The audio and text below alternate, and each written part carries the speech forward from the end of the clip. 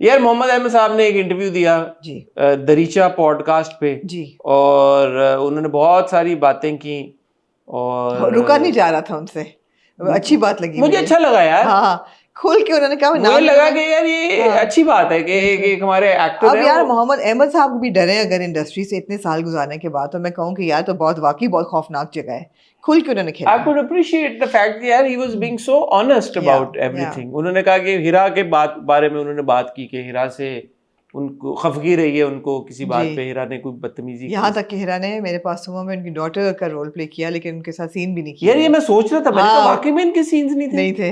हाँ। फिर एक सीरियल के शूट के दौरान मैं उसके साथ स्क्रीन शेयर नहीं करता था। इसकी मिसाल आपके सामने, मेरे पास तुम हो।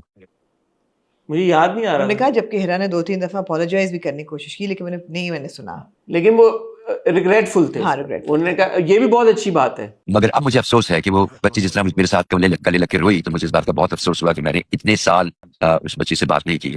बहुत बड़ी बात है कि वो एक्नॉलेज कर रहे हैं और साथ साथ ये कह रहे हैं कि उनको इन हाइंडसाइट ये नहीं करना चाहिए। तो उन्होंने कहा बाद में वो बच्ची में से गले लग के बहुत रोई और मुझे बड़ा अफसोस और फिर मुझे बड़ा अफसोस हुआ। तो मुझे ये अच्छी बात लगी कि यार कि ठीक है, पहले तो ये कि उन्होंने नो होल्स बार्ड उन्होंने बता दिया कि यार ये मामला हुआ था, इस तरह से किया था, उसने बहुत बार अपोलोजाइज किया, बट मैं नाराज। सारे मामले नहीं बताया, उस एक्टर का नहीं बताया, लेकिन किसका? जिसने सर पे ब्लो ड्राई किया था उनके पंखा लेके। लेकिन चलो ये तो उन्होंने बताया ना। हाँ।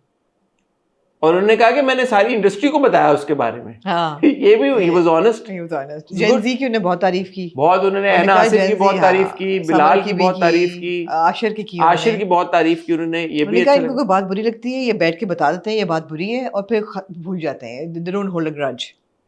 और बोला ऐना ने बोला कि वो लहजा ठीक करने की बात की, वो आती है कि अब्बा मियाँ कहती है, आप कहते हैं ना खे आप कहते हैं, हाँ, तो वो कहती है अब्बा मियाँ ये कैसे कहेंगे, वो मैं कर देता हूँ। तो ये भी, क्योंकि हम अक्सर जब हम एक्टर्स के इंटरव्यूज भी करते हैं, उनसे सवाल पूछते हैं, तो अगर आप किसी सीनियर वेटरन एक्टर के पास जाके उनकी हेल्प मांगेंगे जी, तो शायद ज्यादातर मना ना करें। हो सकता है कहीं पे कुछ हो ही जाता है, हर तरह के लोग होते हैं, इतने भी सारे कोई बहुत हाँ, बट आई एम हैप्पी कि यार somebody like मोहम्मद अहमद साहब, आप एक सीनियर हैं, वेटरन एक्टर हैं, राइटर हैं, बहुत सारी चीज़ों को बहुत बेहतर तरीके के साथ समझते हैं, तो आपके लिए तो एक वो कोच भी तो है ना सेट के ऊपर। आप उनसे जाके अगर कोई चीज़ समझें, सीखें, तो आपको करना चाहिए। And I am happy that young actors like Anna are taking full advantage. Absolutely खुशी की बात, अच्छी लगी मुझे, अच्छी लगी बात।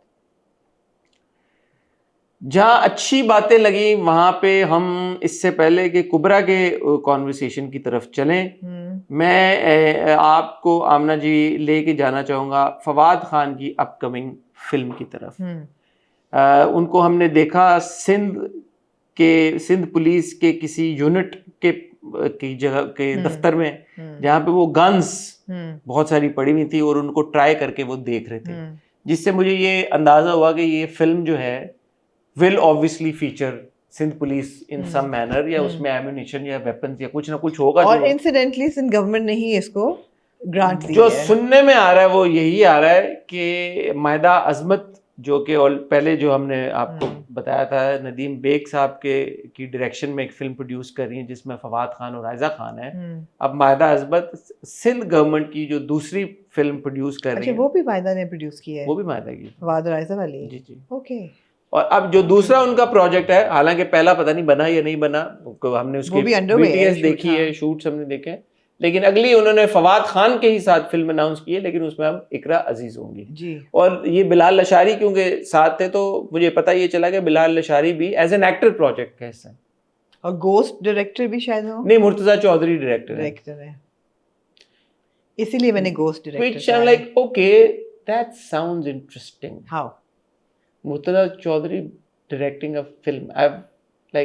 We all know Murtaza Chaudhary, and I'm very fond of Murtaza Chaudhary. But him directing a film, that'll be interesting. I don't know if he's directed anything before. I don't think except so. the shows that they do, yeah, which have been very funny. BNN or four-man show. I'm assuming Mustafa Chaudhary will definitely be a part of the film. I would hope so. I would hope so. I mean, he's a very funny person. I would hope so. Yeah. क्या कहना चाहेंगी फवाद और इकरा की casting के बारे में? मैं फवाद और इकरा की कास्टिंग के बारे में क्या बात करूंगी, मुझे सिर्फ अच्छा, आप कह रही थी आपने फोन किए बहुत, कुछ 3-4 मैंने फोन किए 3-4 इस प्रोजेक्ट से रिलेटेड, किसी ने नहीं उठाया। किसको फोन किया? बड़े फोन किए मैंने, ये क्या वजह? क्या मैं आपको बताऊं मैंने किस किस को फोन क्यों किया? लोग फोन आप नाम ले और मैंने फोन किया है। नहीं मैं क्यों ना, मैं बल्कि नाम से आगे भी उनके अहलो अयाल को भी फोन किया, मैंने कहा कोई उठा ले, किसी ने नहीं उठाया मेरा फोन। तो मैंने कहा शूट पे होंगे, सारे शूट पे। सितारे शूट पे हैं। ऐसा हो सकता है कि रात को उनकी कॉलें वापस आनी शुरू हो, अगर होंगी तो मैं कल के रिव्यू में आपको बता दूंगी। ठीक है, मगर ये है फॉर कि now we know that this film is बन रही है। Maida's we also know that Fawad, by the way, it seems like is having a kind of a major revival scene. उनकी लुक को बड़ा प्लेटफॉर्म से किया कि जी new chiselled look Fawad Khan की, which was for a ad. not for this film. It's जो उन्होंने कपड़े पहने हुए हैं और वो कर रहे हैं वो, that's a TVC.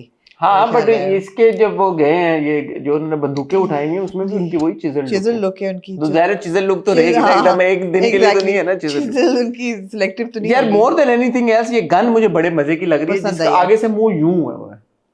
मुंह ये सीधी गन नहीं है, सीधी बंदूक होती है ना, सीधी नाली है, इसकी नाली आगे से यूं है, ऐसे सीधी जा रही फिर यूं टर्न ले रही है। नहीं यार सिंध हुकूमत की गन है, आप उसको डैमेज कह रही हैं? सिंध पुलिस की कहते ना कहीं पे निगाहें कहीं पे नहीं निशाना।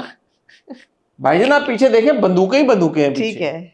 नहीं यार कमाल। Anyway, तो अब अगर आप रिकैप SSU और by the special security unit, और बाय द वे फवाद का ही भी अनाउंस हो गया है कि नॉट जस्ट फवाद बल्कि जो बिछड़े हैं संग बचे हैं संग समेट लो भी इस साल रिलीज हो रहा है नेटफ्लिक्स पे। सुनने में यूं आता है, वो मैं उसके बारे में कोई हतमी वो नहीं करूंगा जब तक मैं हॉर्सेस माउथ से आगे चलें फिर सुन ना लूं। जैसे मैंने हॉर्सेस माउथ से सुना, चले मैं आपको बताता हूँ। बताएं। हाँ आपने भी तो फोन खिड़काए, मैंने फायदा भी हो आपके फोन।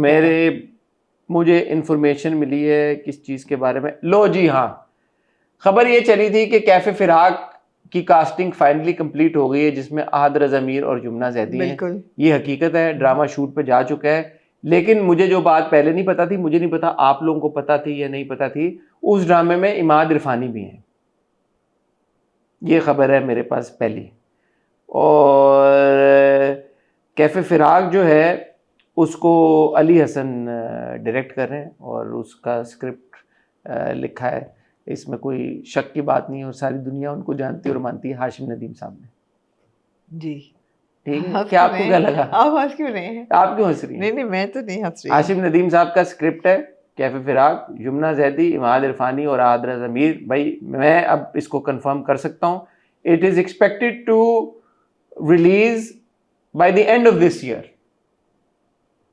कहा आपको ये था कि पता बताएं कि मुनव्वरा का खादिम आ रहा हूँ ना उस पे। हाँ अच्छा ओके। जब मैंने हम टीवी पे अपने हॉर्स को रीच आउट किया तो मैंने फिर सारी खबरें ली ना, वन बाय वन करके मैंने फिर खबरें ली। तो कैफे फिराक की खबर ये है, ठीक है, वेल डन, पता चल गया आपको। जुमना ज़ैदी, इमाद इरफानी, आहद रज़ा मीर। अच्छा, उसके बाद एक और हम टीवी इस वक्त ड्रामे पे काम कर रहा है जिसका नाम है जमाले ज़ोहरा।